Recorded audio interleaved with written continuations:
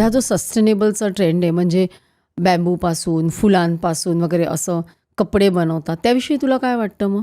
खूप कमाल गोष्ट आहे, खूप आवश्यक गोष्ट आहे आत्ताच्या जमान्यात. हा बदल मला खूप आवडतोय.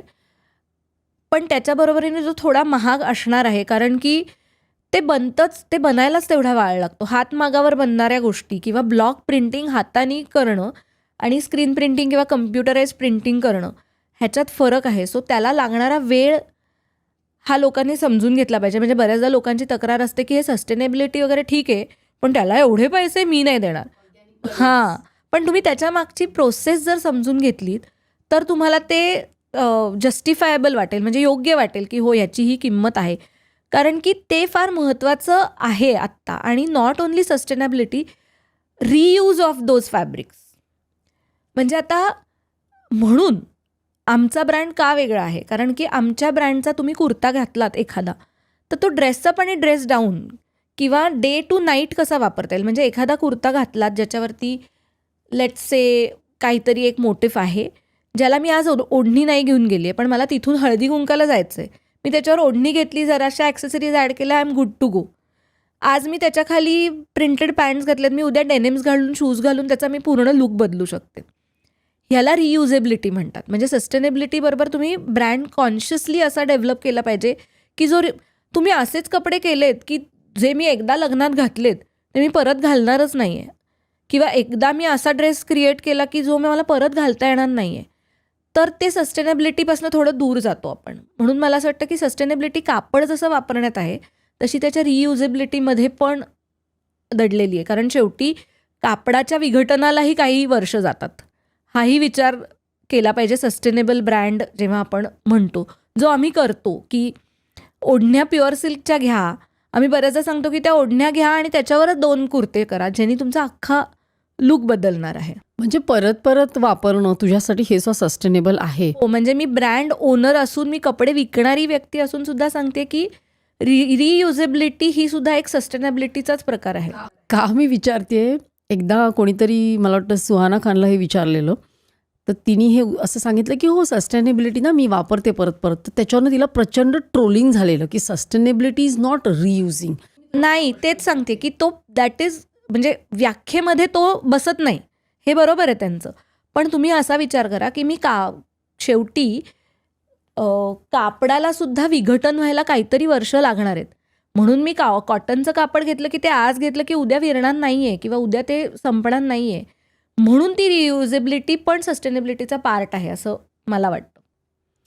हा तुझा जो म्हणजे तू आता गवाक्ष आता एवढं सगळीकडे म्हणजे माहिती झालेलं आहे, तर तू सुरुवात कधी केलीस, कशी केलीस आणि ह्याच्यामध्ये तुझं म्हणजे असं फॉर्मल ट्रेनिंग होतं का? हा जरा इंटरेस्टिंग आणि ट्विस्टवाला क्वेश्चन असू शकतो. तर मी स्वतःला म्हणून फॅशन डिझायनरपेक्षा डिझायनर असं म्हणवते, कारण माझं फॅशन डिझायनिंगमधलं शिक्षण नाही आहे. पण मी 13 वर्ष सक्सेसफुली हा ब्रँड चालवते, कारण मी इंटिरियर डिझायनिंग केलं आहे. सो मी दोन्ही गोष्टी करत होते. पण फॉर्मल ट्रेनिंग कशामध्ये होतं? Interior designing. आणि त्याच्या आधी मी इलेक्ट्रॉनिक्स अँड टेलिकम्युनिकेशन केलं. इंजिनिअरिंगला ॲडमिशन घेतली, पण मग मला लक्षात आलं की this is not my cup of tea. मग मी डिझायनिंगमध्येच जायचं ठरवलं, बाबा आर्किटेक्ट असल्यामुळे. मग मी इंटिरियर डिझायनिंग केलं. सो मला नाव पण असं दोन्ही व्यवसायाला जाईल असं हवं होतं, म्हणून गवाक्ष आलं. आणि डिझायनिंगचं नॉलेज मी तिथे थरली घेतलं. आणि सुदैवाने मी पुण्यातल्या खूप चांगल्या कॉलेजमध्ये होते, चांगल्या प्रोफेसर्स बरोबर होते. त्यामुळे मी खूप डिटेल्ड अभ्यास जनरल डिझायनिंग विषयीचा केला, ज्याचा अर्थातच उपयोग मला ह्या व्यवसायात पण होतोय.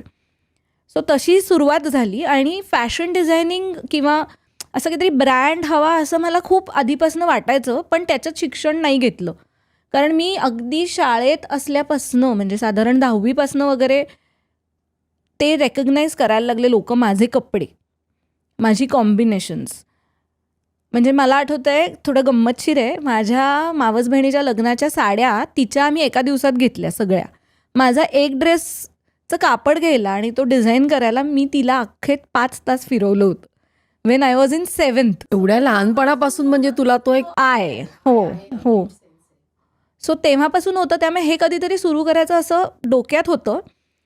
पण तेव्हा इंटिरियर हॅपन आणि मग त्याच्यात पण मला मजाच येत होती काम करायला. प्रोजेक्ट्स मिळत होती, चांगल्या ठिकाणी नोकरीचा एक्सपिरियन्स घेऊन मी इंडिव्हिज्युअल प्रोजेक्ट करायला लागले. आणि मग आयुष्याच्या अशा एका टप्प्यावर मी आले जिथे मला ब्रेक घेणं, आनंदाने ब्रेक घेतला होता मी, मॅटर्निटी ब्रेक. सो त्या ब्रेकमध्ये असं झालं की मी सगळ्या साईट संपवल्या होत्या, पण काहीतरी करायचं होतं, काम इमिजिएट सुरू, कारण घरात बसायची सवय नाही. मग माईट ॲज वेल एका मैत्रिणीबरोबर मी म्हटलं हँड पेंटेड ड्रेस मटेरियलनी सुरू करू. गंमत म्हणून ना, मला 3 महिन्याचंच बाळ होतं, एक 3-4 तास काहीतरी एंगेजिंग पाहिजे आणि आवडीचा विषय, रंगांमध्ये खेळणं हा माझा आवडीचा विषय. सो आम्ही ते करत होतो. ती कमर्शियल आर्टिस्ट होती, लोकांना ते पेंटिंग आवडत होतं, पण त्या पेंटिंगपेक्षा ना आम्हाला लक्षात आलं की लोक त्या कॉम्बिनेशन्स, ते टेक्स्चर्सचा मिलाफ, वेगवेगळ्या स्टेट्समधनं मी फॅब्रिक तेव्हापासून आणते, खूप छोट्या स्केलवर होतं तेव्हा, ते लोकांनी खूप उचलून धरलं. मग आम्ही ठरवलं की आता I think this is the right time. So मी स्वतःला ॲक्सिडेंटल एंटरप्रुनर म्हणते, कारण इट वॉज नॉट प्लॅन्ड पण काइंड ऑफ प्लॅन्ड असं ते झालं. आणि मग तिथून सुरुवात केली आम्ही. ही क्लिप शेवटपर्यंत बघितल्याबद्दल खूप खूप धन्यवाद. संपूर्ण एपिसोड बघण्यासाठी खाली दिलेल्या लिंकवर क्लिक करा आणि सर्व काही चॅनलला सबस्क्राईब करायला विसरू नका.